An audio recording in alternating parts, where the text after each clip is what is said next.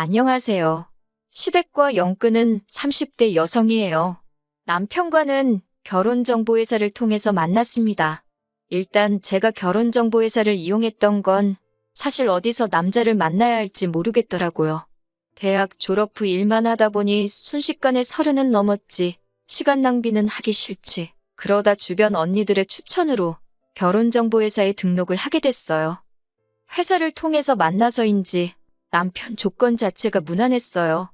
외모야 사람마다 기준이 다르겠지만 둘 다 모난 구석 없었고 동종업계에서 종사하다 보니 수입도 비슷했습니다. 저희는 만남을 시작했고 1년이 채 되지 않아 결혼까지 약속하게 되었습니다.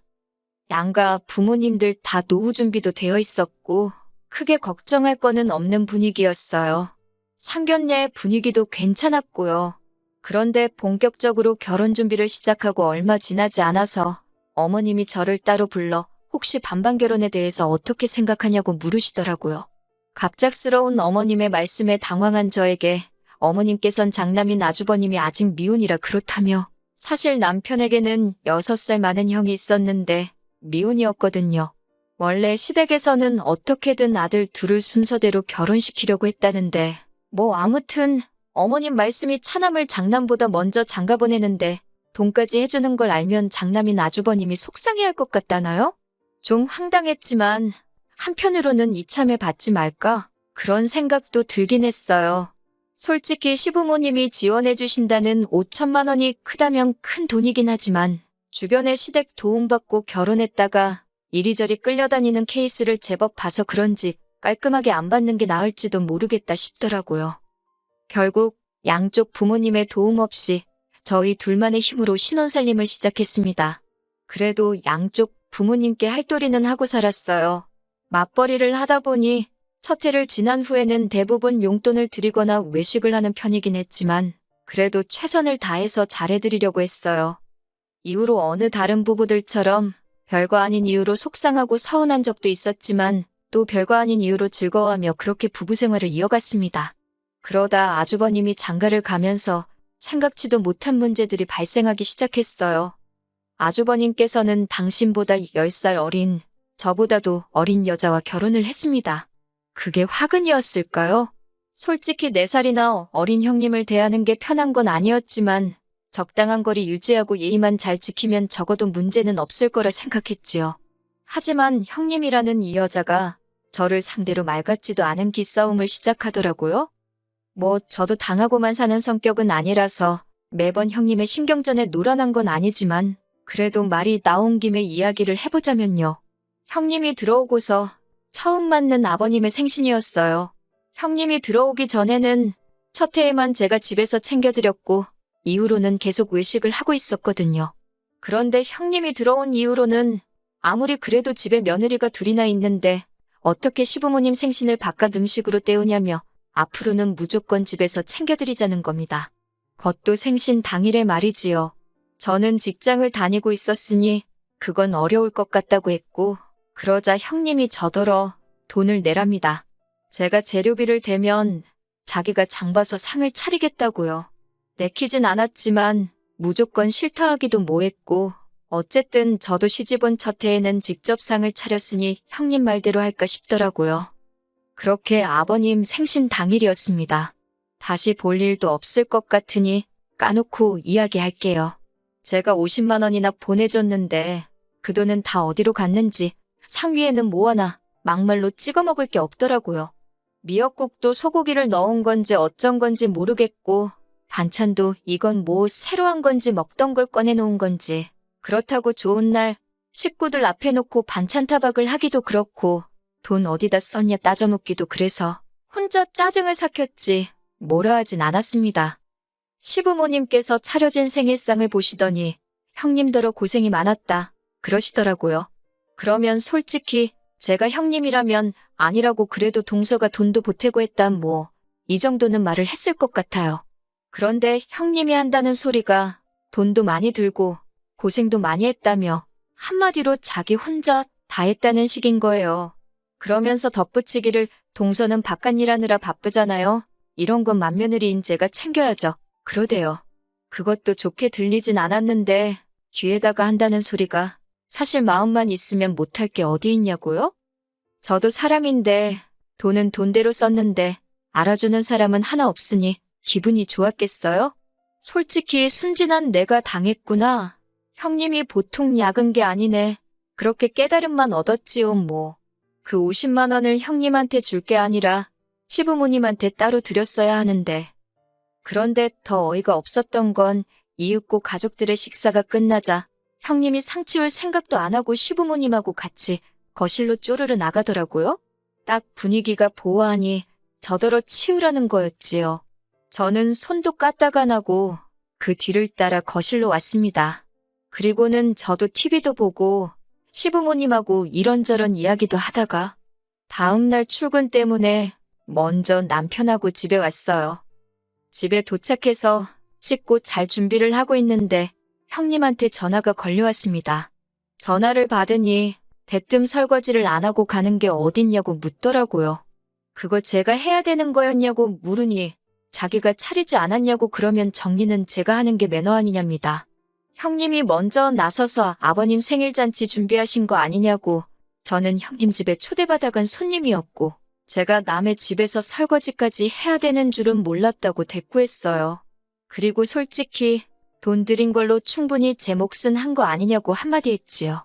그러자 자기도 더는 할 말이 없는지 내가 할 일 네가 할 일 따지고 그러는 거 아니랍니다. 그리고선 그렇게 따지고 사는 거 피곤하지도 않냐고 비아냥거리길래 그렇지 않아도 지금 너무 피곤해서 자야겠다고 쏘아붙이곤 그대로 전화 끊어버렸네요. 하지만 결정적으로 형님뿐만 아니라 시부모님과도 틀어지게 된 건 이 때문이 아니에요. 시부모님의 결혼기념일이 그리고 어머님이 보여주신 태도가 저로 하여금 두 손 두 발 다 들게 만들었지요. 지난 시부모님의 결혼기념일은 시부모님 두 분이 결혼하신 지 40주년이 되던 날이기도 했어요. 그래서 두 분을 제주도 여행이라도 보내드릴까 그런 생각을 하고 있었지요. 그런데 하루는 아주버님과 형님이 먼저 여행 이야기를 꺼내더라고요. 저희 부부, 자기네 부부, 그리고 시부모님 6명이서 다 같이 제주도에 가자고요. 전 솔직히 조금도 내키지 않았지요. 일정부터가 일단 3박 4일짜리 여행을 평일에 가자고. 그래야 값이 싸다고요. 누가 그거 모르나요? 하지만 무직이던 아주버님네와 달리 직장을 다니던 저나 남편은 그렇게 휴가를 쓰는 게 쉬운 일이 아니었거든요. 둘 다 곧 연봉 협상 시즌인데 괜히 눈에 띄는 짓은 하지 말자는 생각이기도 했고요. 그리고 무엇보다 아주버님네랑은 정말 실오라기 하나조차 얽히지 않겠다고 다짐을 했던지라 결국 저희는 못 간다고 했습니다. 가더라도 나중에 저희가 두 분을 모시고 따로 움직일 테니 이번엔 넷이서 가라고 했지요. 그러자 형님이 그래도 저희가 시부모님 여행 경비는 부담해야 하는 거 아니냐입니다. 자기네가 가이드처럼 여기저기 모시고 다니고 고생은 다 할 거니까 저희가 경비를 담당하는 게 공평하다나요? 어이가 없어서 저희는 저희가 따로 모시고 갈 거니까 경비가 걱정이면 시부모님 모시고 여행 가지 말라고 했습니다. 무리하지 말고 가까운 데서 시부모님 모시고 식사나 하는 게 어떻겠냐고요. 그러자 이 정신 나간 형님이 시부모님을 상대로 아주 말장난을 쳤더라고요. 그걸 알게 된 건 이틀 뒤인가 어머님께서 전화를 해오셨는데 저더러 그러는 거 아니라며 다짜고짜 크게 화를 내셨거든요. 영문도 모르고 처음부터 욕을 먹던 제가 왜 이러시냐고 이유라도 말씀해달라니까 제가 형님더러 시부모님을 모시고 여행은 무슨 여행이냐며 오버하지 말고 가까운 데서 밥이나 먹으라고 그랬답니다. 형님이 어머님께 자기는 아버님 어머님 나이 드시기 전에 좀 더 좋은 곳에 모시고 가고 싶고 좀 더 맛있는 거 드시게 해드리고 싶어서 그런 건데 제가 돈 아깝게 뭘 그러냐고 그랬다는 거예요. 듣고 있는데 어이가 없는 걸 넘어서 환장하겠더군요. 저는 어머님께 어떻게 된 일인지 형님과 나눈 대화를 들려드렸습니다. 한참을 듣고 계시던 어머님께서도 어느 정도 화가 누그러지신 듯 했고요. 하지만 대화가 통하니 다행이라고 한숨 돌리고 있는데 어머님이 대뜸 하시는 말씀이 정말 어이가 없대요. 어머님께선 큰애가 얼마나 효도를 하고 싶으면 그랬겠냐입니다. 자기도 잘하고 싶은데 주머니 사정이 여의치 않아서 그런가 보다며 잘 버는 저더러 이해를 하래요. 나이는 제가 많으니 어른으로서 나이 어린 형님을 잘 이해해 주라나요? 그러면서 저희 부부랑은 여행 간 셈 칠 테니 그냥 형님이 해달라는 대로 돈을 주랍니다. 저는 그런 어머님께 싫다고 했어요. 제가 무슨 물주도 아니고 형님 뒤에서 돈만 대고 그러는 거 싫다고요. 효도고 뭐고 자기 분수껏 하는 거지. 그리고 서운한 마음에 어머님도 그러시는 거 아니라고 처음으로 대들었네요. 최소한 잘잘못은 가려주시고 누구 하나 억울하지 않게 말씀하실 거 아니면 차라리 모른 척 하시지 그랬냐니까? 어머님이 대뜸 저더러 웃기답니다. 큰애 무시하는 것도 부족해서 이제 시애미까지 가르치려 드냐고 저 하나 때문에 집안 꼴이 엉망이라고 그러시대요. 급기야 저더러 이런 식으로 나올 거면 당신하고 영 끊찹니다. 며느리는 당신한테 잘하는 며느리 하나만 있으면 된다면서 저 같은 건 됐다나요. 그날 밤 퇴근한 남편에게 저는 이혼하자 했습니다. 남편은 무슨 뚱딴지 같은 소리냐며 짜증을 냈고 저는 담담하게 어머님과 있었던 일을 들려주었어요. 남편은 설마 하면서도 꽤나 충격을 받은 얼굴이었습니다. 저는 남편에게 이런 소리나 듣자고 결혼한 거 아니라고 이 집에 미련 없다 했지요. 그런데 남편이 저를 잡더라고요. 그동안 늘 중간에서 뜨뜻미지근한 반응을 보이던 사람이라 솔직히 기대 같은 건 없었는데 자기가 봐도 어머님이 도를 지나치셨다면서 자기는 자기 가정을 지킬 거랍니다. 앞으로 시댁과 일절 교류 없이 살 것이니 자기를 믿고 이혼 소리는 하지 말아달라대요. 그 말을 하는 남편의 눈빛이 얼마나 절실하던지 믿어주기로 했지요. 그런데 한두 달쯤 지났을까요? 형님한테 연락이 왔습니다. 받을까 말까 하다가 안 받았더니 장문에 문자를 남겨뒀더라고요. 아주버님이 뭐 사업을 시작하려고 했는데 사기를 당했다나 그러면서 돈 좀 빌려달랍니다. 금방 갚겠다고 도와달래요. 그냥 무시했습니다. 그랬더니 하루는 퇴근하고 집에 왔는데 현관 앞에 형님이랑 어머님이 와 있더라고요. 집 안으로 들이긴 싫어서 집 앞 카페로 데리고 갔습니다. 아니나 다를까 그때 그 돈 이야기를 또 하대요. 저는 할 말 없다고 했어요. 남편하고 따로 이야기해보든지 하시라고요. 그리고 커피값은 내주고 왔네요. 며칠 뒤 남편이 묻지도 않았는데 어머님 만난 이야기를 하더니 안 도와드렸답니다.